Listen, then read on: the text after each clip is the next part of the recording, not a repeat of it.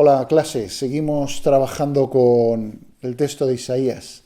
Para esta semana nos han asignado 3 textos. Son largos, todos merecerían dedicarle una clase a cada texto, pero vamos a tratar de tocarlos todos, por lo menos, bueno, por encima, lo mejor que podamos, pero no dará tiempo a profundizar mucho en el tiempo que tenemos. Vamos a intentarlo. El primero está en Isaías 9, del 6 al 7. Ese es un texto muy conocido. Cuando lo oigáis o cuando lo leáis después ya veréis que nos suena a Navidad. Los lectores habituales de la Biblia se lo sabrán prácticamente de memoria. Nos suena al nacimiento del Mesías. Dice así: porque un niño nos ha nacido, hijo nos ha sido dado, y el principado sobre su hombro. Se llamará su nombre Admirable Consejero, Dios fuerte, Padre eterno y Príncipe de paz. Tanto judíos como cristianos identificamos que este texto tiene que ver con el Mesías.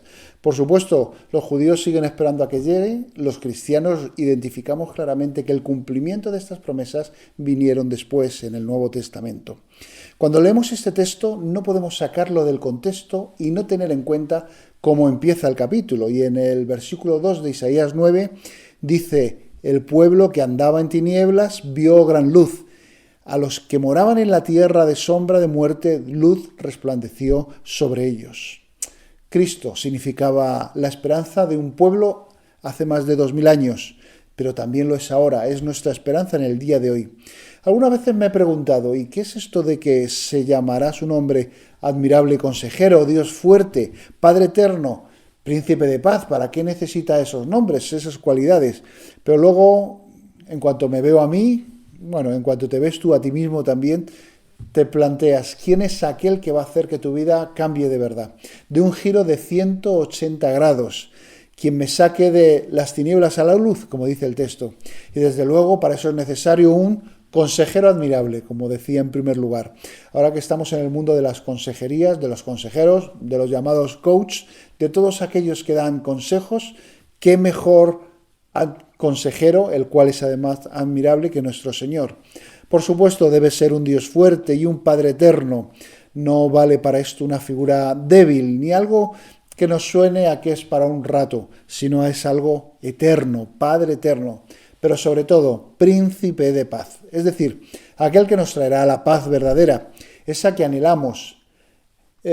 Cuando hablamos de paz, guerra, a veces pensamos en cosas muy lejanas, en esas guerras, Primera, Segunda, Mundial. Hay otras guerras todavía actuales que en las noticias podemos verlas, pero yo creo que debemos aplicarlo también a nuestras guerrillas particulares que nosotros estamos a veces comenzando, terminando, disfrutando o sufriendo. Cogerlo como queráis.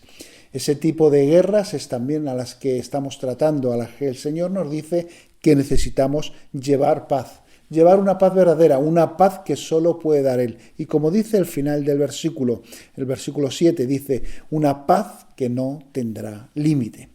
El segundo texto vuelve al principio de Isaías, Isaías 2, del 2 al 4.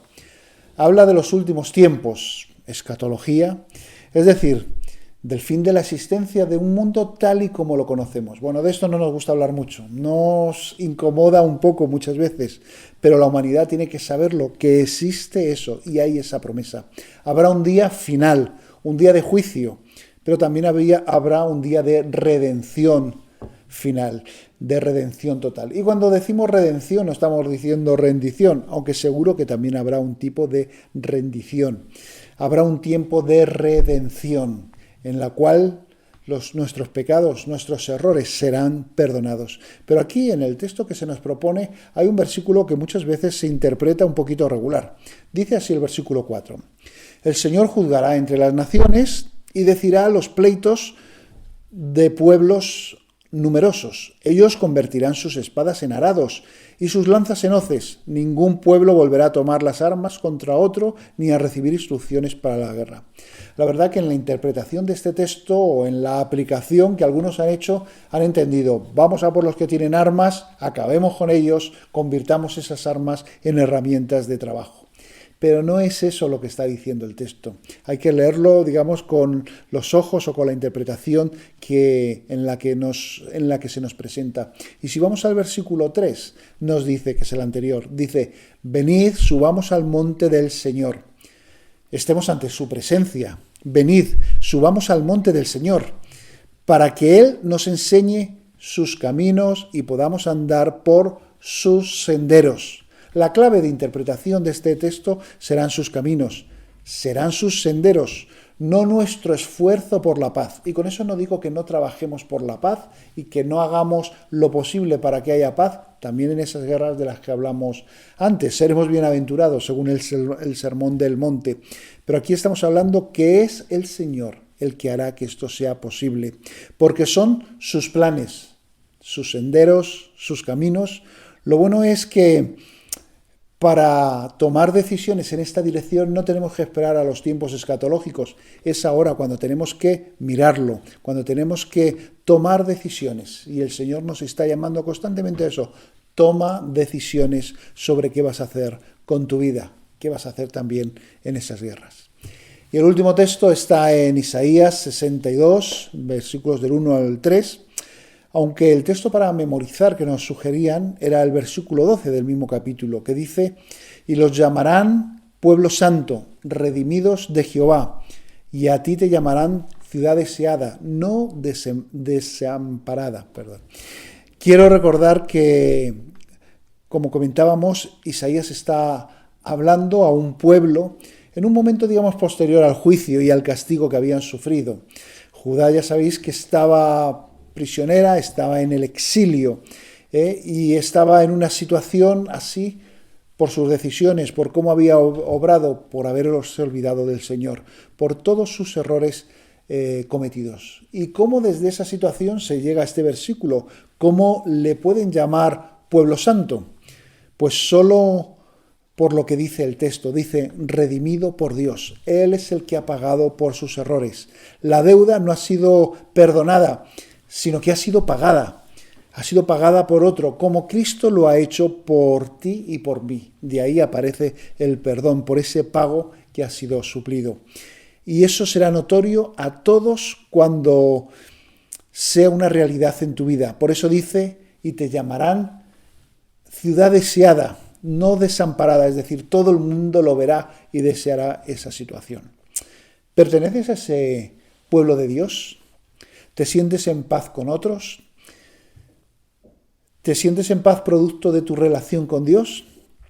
Si no es así, hoy puede ser el día que llegues a ese estado, porque como dice el versículo 1 del capítulo 62, dice, este texto que no hemos leído y que ahora yo lo parafraseé un poco, dice, por amor a ti, Antonio, Juan, Manolita, Sara, Ana, Juana, Pepe, por amor a ti no me quedaré callado.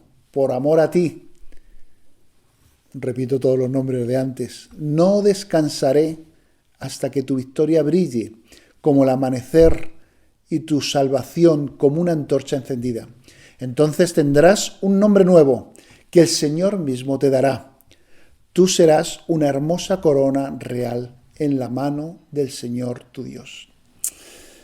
Yo quiero ese nombre que me pone el Señor y que me lo pone porque Él me ha redimido. Yo quiero ese nombre, ser hijo suyo. Espero que estos textos te llenen de esperanza, como lo hacen conmigo.